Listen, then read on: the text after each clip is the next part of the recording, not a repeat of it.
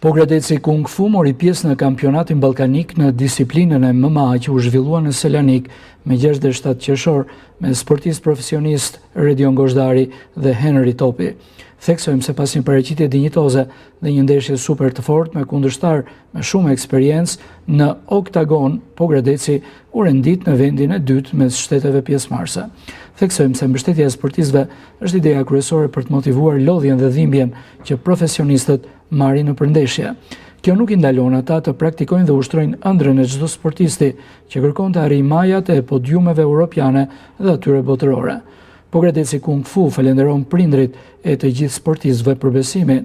Trajneri Dritan Lushka falenderon veçanërisht sportistët që kurrë nuk thonë jo, por janë të gatshëm të jenë aty ku ndeshen me më të mirët dhe të bëjnë krenar emrin e tyre dhe qytetin e Pogradecit si talente të mëdhenj.